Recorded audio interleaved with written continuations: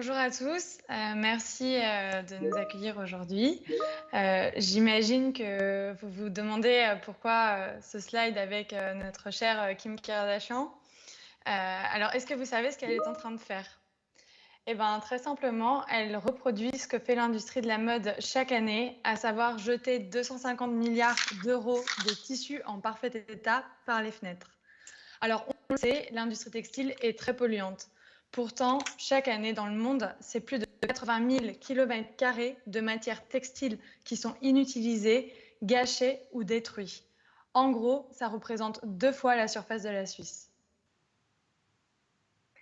Donc, comment on en est arrivé à ce constat? Donc, pour vous expliquer d'où ça vient et la jeunesse du projet, je vais devoir vous parler de mon passé. J'ai travaillé pendant 8 ans pour une entreprise de barter. L'objectif, c'était d'échanger des stocks ou des actifs sous-performants contre des optimisations de dépenses médias et hors médias. Et j'étais moi en charge de revendre tous les produits en fin de vie qu'on avait reçus.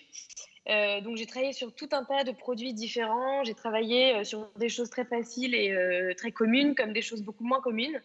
Donc j'ai travaillé sur de l'alimentaire, des cosmétiques, des matières premières. J'ai aussi fait des clubs de golf pour enfants gauchers. Oui, ça arrive. Des coquilles Saint-Jacques à Saint-Jacques. Et j'ai aussi travaillé sur du textile. Et en fait, c'est avec le textile que j'ai eu le plus de difficultés à trouver des revalorisations qui coïncidaient avec le besoin du marché et avec ce que voulaient les marques. Donc, sans rentrer dans les détails, moi, j'ai eu envie de comprendre pourquoi il y avait un tel décalage. Et donc, j'ai fait beaucoup de recherches. Je me suis beaucoup renseignée sur la production, la supply chain, la mode, le sourcing, le recyclage. Puis, je suis devenue véritablement passionnée par le sujet.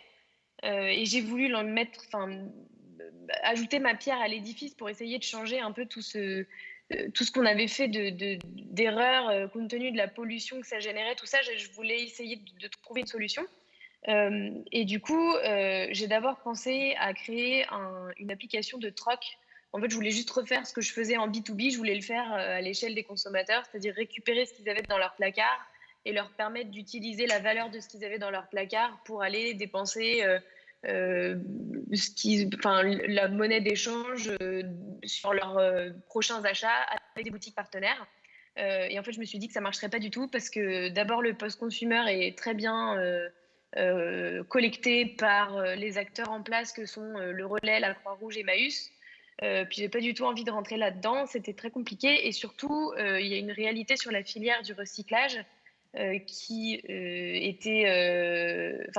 disons qu'on en est au balbutiement de ce que pourrait être une véritable industrie de recyclage et aujourd'hui il y a beaucoup de projets qui se développent mais pas suffisamment pour donner une véritable valeur aux produits en post-consumer.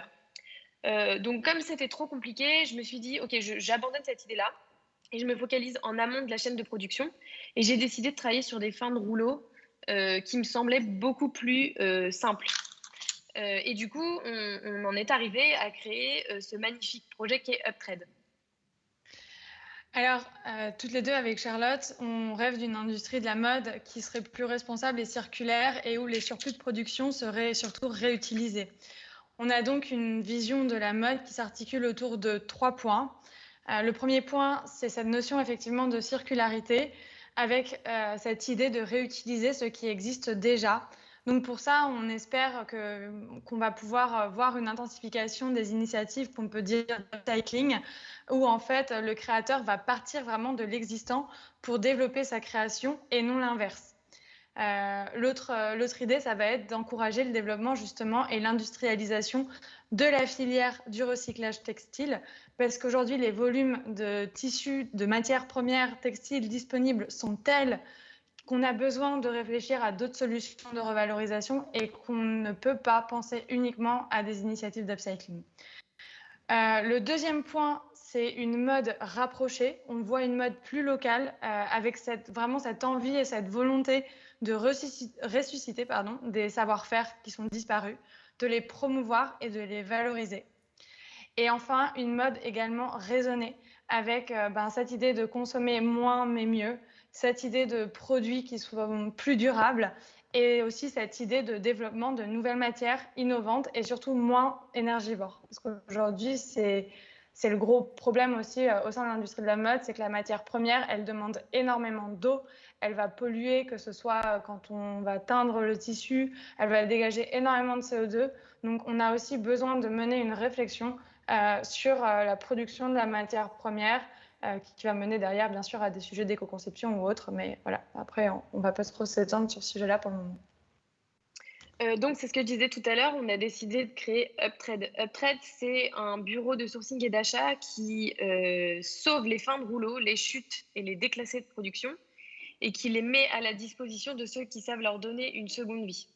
Donc, très simplement, UpTrade, c'est le chaînon manquant entre ceux qui possèdent des stocks de tissus et ceux qui recherchent de la matière. On a un business model qui est très simple. On vend pour le compte de nos fournisseurs leur surplus de stock. On ne fait pas de stockage, on n'avance pas de trésorerie, on prend juste une commission sur les ventes qu'on réalise. Donc vous l'aurez peut-être compris, on a deux bénéficiaires. Le premier bénéficiaire, c'est celui à qui on achète la matière. Ça peut être des fabricants de tissus, des marques de mode, des confectionneurs qui ont des stocks inutilisés. Pour eux, travailler avec UpTrade, c'est un gain financier, vendre plutôt que de détruire ou de stocker, et une expertise dans la recherche de solutions de revalorisation. Le second bénéficiaire, c'est celui à qui on revend ces tissus. Donc les créateurs, les jeunes créateurs, les marques d'upcycling, les écoles de mode, les recycleurs et tout un tas d'acteurs qui savent donner une seconde vie à ces textiles. Pour eux, travailler avec UpTrade, c'est leur apporter un service personnalisé, la garantie de la traçabilité et des prix attractifs. Donc notre fonctionnement est assez simple. En fait, à partir du moment où on source un lot de tissus inutilisés, on va créer un catalogue numérique. Donc on va sous forme en fait de catalogue digital, on va avec une photo de l'échantillon de tissu dont on dispose, les différentes informations qui concernent les tissus, type la composition, le nombre de mètres dont on dispose, le poids, la lèse, etc. Donc on envoie ce catalogue digital à nos prospects et à nos clients via notre newsletter. Ces derniers vont donc pouvoir présélectionner en fait ce qui les intéresse dans ces catalogues-là, et ensuite ils prennent rendez-vous avec nous pour pouvoir en fait, toucher les tissus et valider leurs achats. Donc, on est parti d'un concept, hein, on a créé ça il y a 1 an et demi, et depuis qu'on a créé ce concept, on s'est demandé si ça allait fonctionner. Et a priori, depuis notre création, on a la chance de bénéficier d'une forte traction naturelle, tant du côté des fournisseurs que du côté des clients. Aujourd'hui, on a 60 clients qui sont des marques à proprement parler, qui font de l'upcycling. On travaille aussi avec des étudiants au travers de ventes organisées en physique, quand on pouvait encore le faire avant le Covid. Aujourd'hui, on a 400 prospects. Et du côté fournisseur, on travaille avec 10 fournisseurs et on a une trentaine de prospects avec lesquels on est en train de réfléchir à la manière dont on peut travailler ensemble. Donc on sent que le sujet est très engageant, ça interpelle beaucoup les gens sur le marché et on sent que les acteurs du marché ont besoin d'être soutenus, conseillés et accompagnés pour intégrer cette démarche de circularité et de développement durable. Donc pour savoir, nous, on a eu un impact écologique intéressant depuis 1 an. On a sauvé plus de 50 000 mètres de tissu et c'est l'équivalent en eau de 13 piscines olympiques et en émissions de CO2 de plus de 6 fois le tour de la Terre, le tour de la Terre en voiture, pardon. Et donc notre ambition, c'est d'accroître cet impact positif tout au long du développement de notre entreprise. Donc, développement d'ailleurs qu'on articule autour de 3 piliers phares. Le premier, c'est la relocalisation. On travaille pour le moment exclusivement avec des fournisseurs français et européens. Le deuxième, c'est la traçabilité. On veut permettre, et on permet d'ailleurs, aux créateurs de savoir d'où vient la matière qu'ils achètent, et de l'autre côté, aux fournisseurs de savoir ce que deviennent leurs stocks. Enfin, le troisième point, c'est la massification des gisements textiles pour approvisionner justement et encourager le développement de la filière du recyclage. En fait, on s'est vraiment rendu compte en étant sur le terrain et en étant au contact de toutes ces industries, de toutes ces entreprises, que les volumes de matières premières disponibles étaient bien plus importantes que la capacité d'absorption du marché quand on raisonne en boucle fermée, c'est-à-dire quand on va revendre la matière première qu'on récupère auprès d'acteurs de la mode ou du design. C'est pourquoi, et c'est ce que je vous disais tout à l'heure, on réfléchit vraiment en fait à réfléchir justement en boucle ouverte, c'est-à-dire à trouver des solutions vers d'autres industries et pour cela à impliquer la filière du recyclage et de la transformation. Donc là, les prochaines étapes clés de notre développement, ça va être d'une part l'optimisation de notre gestion en interne. Voilà, pour le moment, on est que 2 avec Charlotte sur ce projet. Ça prend énormément de temps. On a beaucoup de points à développer et donc on a besoin voilà, de structurer notre activité et notre gestion. On va créer un site de vente en ligne réservé aux professionnels justement pour automatiser l'offre qu'on propose actuellement de vente de tissus. On a un autre enjeu qui est de convaincre les marques et les grands groupes de sous-traiter leurs problématiques de stock via du coup pour nous la structuration d'une offre de conseil et d'audit qui leur serait destinée. Et enfin, ce serait de pouvoir proposer notre expertise aux entreprises et aux écoles de mode pour les sensibiliser justement sur ces problématiques de stock et d'économie circulaire. Sur nos principes d'action, alors on y a beaucoup réfléchi et on trouve que la communication qui est beaucoup exercée, et surtout en ce moment, est extrêmement culpabilisante, voire un peu anxiogène, pour pas dire beaucoup anxiogène. Et du coup, on a choisi d'adopter une communication positive pour sensibiliser les marques et les consommateurs à l'impact de la mode. Donc, on communique beaucoup autour du fait qu'il y a toujours une solution qui existe et que c'est ce qu'on va valoriser. Et on n'est jamais dans la critique du fait qu'il y ait beaucoup de stocks existants. C'est pas parce qu'on a fait une erreur que c'est pas rattrapable et c'est ce qu'on veut mettre en avant. On souhaite aussi continuer à créer du lien, un lien plus humain et plus durable avec les acteurs du secteur en décrochant notre téléphone, en créant des rendez-vous physiques, en rencontrant les gens, en allant voir ce qui se passe localement, en travaillant avec des ateliers d'insertion. Enfin, on essaye vraiment de favoriser l'humain dans nos contacts. Et sur un plan purement RSE, on est en train de travailler sur la création de notre matrice de matérialité qui nous prend beaucoup de temps, mais qui est une nécessité absolue parce qu'on a absolument besoin de communiquer à nos parties prenantes les effets positifs de nos actions, du moins écologiques et sociales. Et enfin, on voudrait encourager la création et le nouveau, en fait, tout cet engouement autour des nouveaux business models qui se fait en ce moment dans la mode, que sont la précommande, la découpe, tous ces nouveaux business models qui sont, il faut les distinguer les uns des autres, mais on est beaucoup dans la réflexion sur l'outil de production et c'est ça que nous on veut valoriser en permettant à des petites marques de se sourcer chez nous auprès de matières de qualité. Et je pense que c'est le dernier point qu'on a sur nos principes d'action et c'est très bien. Et enfin, sur nos partenariats, et ce sera le dernier point, aujourd'hui, on est membre de la fédération Aircube, qui regroupe des acteurs autour de la réduction du gaspillage et des déchets, qui est vouée à la sensibilisation, la récupération, la réutilisation, le réemploi, la réparation, de tout ce qui est donc déchets et objets inutilisés. On participe aussi à un plaidoyer pour soutenir des projets de loi, notamment autour du recyclage. Et enfin, on est membre actif de la commission textile.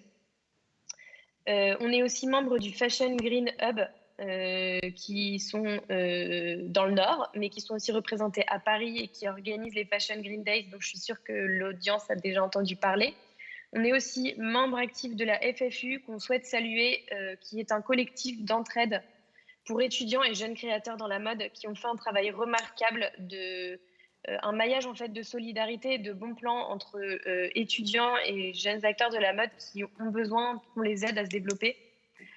Donc on souhaite parler d'eux parce que c'est important. Et nous, on a été, sur le plan vraiment purement du projet, on est incubé à Entropia, qui est un programme d'incubation de l'ESSEC. On a été incubé aux Audacieuses pendant 1 an, qui est un programme aussi à Paris. On a été lauréate du Seeds of Change au Change Now Summit. On est aujourd'hui finaliste du Trophée de la mode circulaire et on remercie ceux qui ont pu voter pour nous jusqu'à 17h aujourd'hui. Si vous avez participé, c'est vraiment super. Merci beaucoup. Et ensuite, on a un partenariat avec l'ESMOD et on travaille en collaboration avec l'IFM. Voilà, Charlotte et Léonore, vous êtes intarissables. Voilà, bravo pour le palmarès énoncé et déjà voilà, les premiers succès. On vous souhaite en tout cas de poursuivre plus largement et d'aller chercher des clients supplémentaires qui vont adhérer à votre démarche. et merci pour agir pour la transformation de l'industrie. Est-ce qu'il y a des questions, une réaction? On n'en prendra qu'une. On est encore une fois très calé sur le visionnage en duplex de Paris. Ah, mais Virgile, tu es le plus assidu. Alors, je ne vais pas souffler des questions avant hein, pour lui demander de toujours avoir au moins une question à poser. Tu as appris ça tout seul. Oui, je rentabilise ma chemise. Merci. Merci. Oui, j'ai une question à vous poser. Je n'ai pas vraiment compris dans votre mise en relation. C'est vous qui faites pour chaque affaire il y a un accompagnement personnel ou bien il y a une sorte de plateforme qui permet à vos clients de se débrouiller tout seuls et finalement de démultiplier votre activité? On est en train de se regarder pour savoir qui va répondre. En fait, je parle pour aujourd'hui et pour les évolutions qui vont venir. On ne fait pas à proprement parler de mise en relation. On pourrait le faire, hein, mais c'est juste que en fait, les fabricants nous proposent toujours beaucoup de stocks de tissus qu'on est obligé de dispatcher auprès de plusieurs petits acteurs. Donc c'est un marché qui est très éclaté, très atomisé, et la mise en relation est juste impossible. Enfin, elle est très difficile pour des raisons logistiques évidentes, et du coup, on préfère centraliser. En revanche, on est transparente sur les fabricants avec lesquels on travaille. Et si le fabricant nous demande, on est transparent avec eux sur les marques avec lesquelles on travaille. Ça, c'est pour aujourd'hui. Et pour demain, si on vient à créer une plateforme digitale, c'est sûr qu'il y a des relations enfin, la mise en relation sera peut-être faite différemment. Et du coup, on sera peut-être moins intermédiaire et vous aurez peut-être directement accès à qui veut acheter votre stock ou chez qui vous pouvez acheter votre stock. Qu'on comprenne bien, aujourd'hui, vous achetez les stocks et vous les revendez. On n'achète pas les stocks. Donc il y a bien une mise en relation. Vous faites bien une mise en relation entre le vendeur et l'acheteur. Non, en fait, on centralise tout. C'est vraiment, c'est une question purement de trésorerie en fait. On récupère le stock auprès d'un fabricant. On fait notre catalogue. Nos clients viennent voir les produits et choisissent les produits. Ils passent leurs commandes. Et nous, on envoie toutes ces commandes aux fabricants. Donc, en fait, on reçoit l'argent de nos clients avant de payer nos fabricants. C'est le business model qui nous permet d'éviter d'aller impacter trop violemment notre trésorerie. C'est compris. Je vous propose qu'on enchaîne. Merci beaucoup, Charlotte et Léonore. C'est